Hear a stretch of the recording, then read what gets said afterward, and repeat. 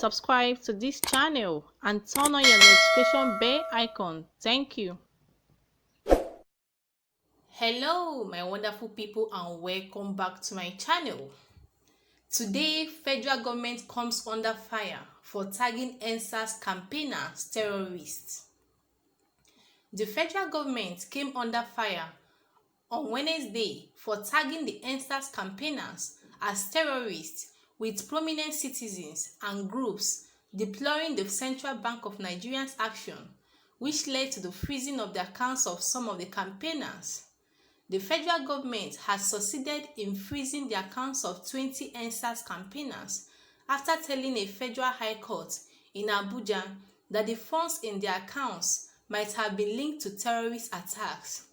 This was according to a written address in support of a motion ex parte filed by the CBN, which froze 20 accounts in the second week of October and thereafter approached the court to seek an ex parte order to freeze the accounts.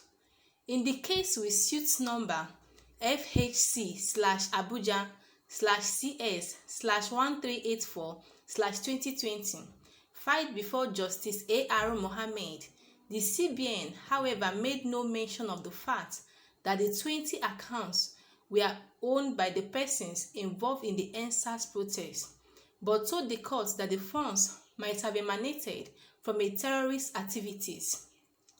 NBA thinks that federal government is insincere and pretentious. The Nigerian Bar Association said on Wednesday that blocking the accounts of the EndSARS promoters on the pretext that they were terrorism suspects showed that the federal government was insincere. Speaking for the body of lawyers in an interview, the publicity secretary of the association, Dr. Rrørïsts maintained that the EndSARS protests were lawful and the demands of the campaigners genuine. He added that the action of the federal government through the CBN in blocking the accounts of the promoters of the movement showed that the federal government was insincere with its promise to address their demands. Nduka said, "The timing looks very suspicious. The protests are lawful and the demands of the protesters and the concerns they expressed are genuine. What has happened showed that the protesters were right to insist that they were not going to leave the street, because over time the federal government will promise something and do the opposite. This action of the CBN lends credence to the position taken by the youth. Even if the government is right, who will believe it at this time? The government makes it look like it is trying to silence people from talking about the ills of the society. Why does the government appear to be doing that? It tells us that the government may not be doing anything to ensure that the complaints are being addressed. It also tells us that their original claims that they were standing with the youth were pretenses. You cannot be standing with them and freeze their accounts. It does not work that way. Let us assume that the allegations are true. What happens to discreet investigation? Why should they block the accounts of persons because they are investigating them? Why don't they be on trial of the money going into their accounts, assuming the allegations are true? The time is very suspicious.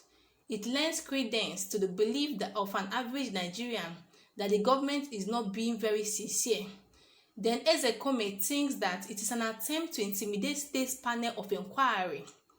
Reacting to the Apex Bank's action, a prominent senior advocate of Nigeria, Chief Mike Ozokome, on Wednesday described the federal government's tagging of the EndSARS protests as terrorists. Ozokome, who said he found it hard to believe that the CBN made such a claim in the application filed to obtain the court order freezing the accounts, noted that the rights to protest were guaranteed by the Nigerian Constitution. He said, "Who is saying that peaceful protests on the streets of Nigeria by Nigerians who are constitutionally entitled under Section 37 and 38 of the Constitution to protest, to assemble, to associate, to move freely, to kick against bad government policies, to demonstrate on the street peacefully, to sing, to dance, and to hold rally are terrorists? Who is the person saying that those amounts of terrorism? What can these governments not do to give a dog a bad name so as to hang it? So the government does not know that the herdsmen are the real terrorists. The government does not know that the Bokos are the real terrorists. The government does not know that the rampaging kidnappers are the real terrorists. The government does not know that the bandits are the real terrorists. The government does not know that those in government stealing the commonwealth belonging to the people are the real terrorists. It is insensitive, it is immoral, it is illegal, it is unconstitutional, it is unlawful, it is wrongful for the government through CBN or any agency to tag peaceful protesters as terrorists. It is most unfortunate and saddening. He also said that the blocking of the bank accounts of the campaigners was an attempt by the federal government to intimidate the various state governments to express views contrary to its own via the various panels of inquiry to investigate the root cause of the protest. Also, Comey stated, what happens to the various judicial panels of inquiry set up by the various state governments like Edo, Lagos, Ondo, and Ekiti to look into the root causes of these protests and what can be done? The federal government is already intimidating the states by already condemning the EndSARS campaigners, by blocking or freezing their accounts and tagging them as terrorists. Do you expect any state government panel to come with views that run contrary to the views of the government of Muhammadu Buhari? Then again, Ogunye warned that the CBN risked losing credibility. Similarly, human rights lawyer Mr. Jite Ogunye said the profiling of the EndSARS promoters as terrorists by the CBN was ridiculous, warning that the Apex Bank, which is not a security agency, must not get itself involved in politics at the risk of losing credibility. Ogunye said, it is ridiculous. The CBN has no statutory duty to profile anybody. The CBN is not a security agency or a law enforcement agency. The CBN is the banker of the federal government of Nigeria.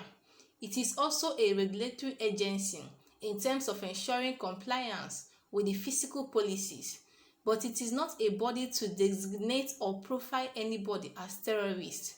What the CBN reportedly has done on this occasion is ridiculous and dangerous. This clampdown, violation of rights, and profiling are unlawful and disconcentrating. We live in a country that is talking now about rehabilitating known terrorists who have taken up arms against the state, who are being rehabilitated or de-radicalized, but people who embark on the protest are then tagged as terrorists. It is ridiculous. It is best for the government to clamp down and engage in introspection. When you talk about incitement, if there is no fundamental lack, will it be possible for people to be incited?